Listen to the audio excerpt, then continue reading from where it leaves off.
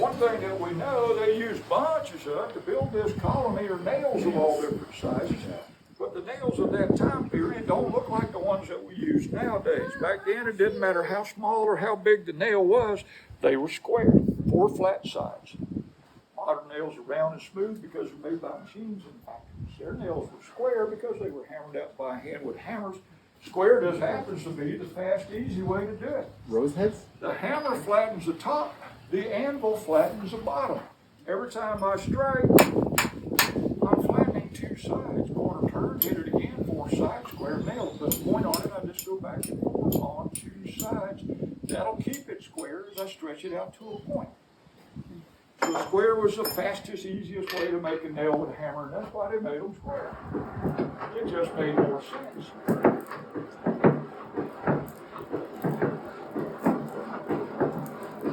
So first thing we got to do is get our metal hot. Now guys, blacksmiths don't use thermometers. We judge the heat by the color of the metal. You've all heard of red hot. All your lives you've heard of red hot, but that's just where it starts. As the metal gets hotter and softer, it's going to glow lighter and brighter in color. So to go from red hot up to orange hot, from orange hot up to yellow hot, from yellow hot all the way up to white hot. We never bring the metal all the way up to white hot. That'll just melt it and ruin it. To make a nail, red won't be hot enough, yellow will be too hot. So we're going to go with good old dependable orange hot. That'll be just right. So let's see what we have in our forge. Yep, orange hot. Okay, we'll start by flattening 2 sides of our nail. Give it a quarter turn and flatten the other 2 sides to make it square. Now I go back and forth on my first 2 sides, keeping it square. As I stretch the end out longer and thinner, I just angle the head of my hammer to bring it down to a sharp point.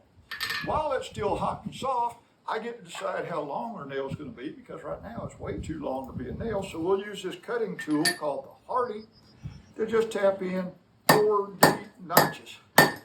Being careful not to cut that nail all the way off, because we're not done. That nail is currently missing something that every nail has to have. What's missing, guys? A head. It doesn't have a head. Well, that's not a big problem, really. To put a head on a nail, all you got to do is hit the nail on the head.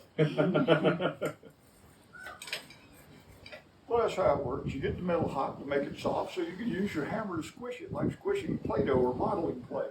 Then you need a tool that'll hold the nail so it's got nowhere to go. Lock your nail in place, break it off where you notched it, making sure you leave up just a little bit of hot, soft metal. That's going to become the head of our nail. Because now I'm going to take my hammer and hit the nail on the head, but what I'm doing is squishing that nub of metal shorter, forcing it to expand and create a head on the end of my nail. Just that simple.